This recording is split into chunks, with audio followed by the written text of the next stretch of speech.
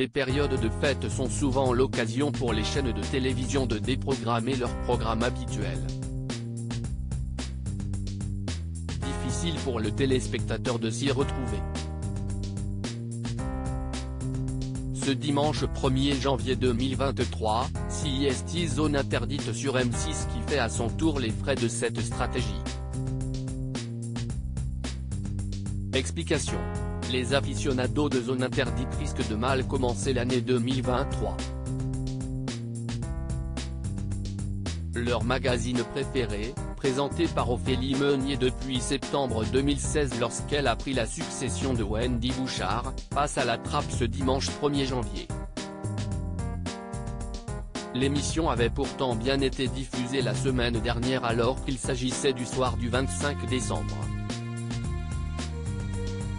Le sujet intitulé Rocher Mistral, le projet fou du nouveau parc de loisirs provençal avait réuni à peine 1 million de téléspectateurs, pour une part d'audience de 6%.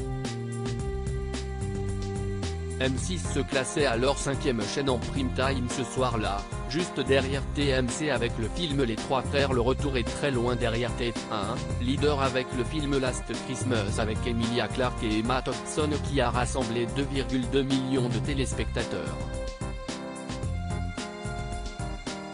Bataille entre deux films inédits ce dimanche 1er janvier 2023 pour éviter un autre revers d'audience, M6 a décidé de jouer film contre film pour cette soirée du dimanche 1er janvier 2023.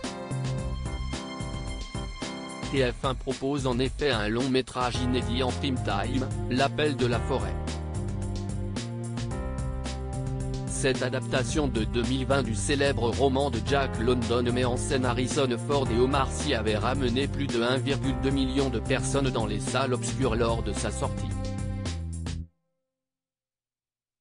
France 2 opte, elle, pour un film moins inédit, Papy fait de la résistance. Ce film culte du cinéma français, multi-rediffusé, devrait à nouveau bien fonctionner. CIST un film inédit en revanche que va proposer M6 ce soir, Le voyage du Dr Dolittle. Robert Downey Jr. plus fort que Harrison Ford ?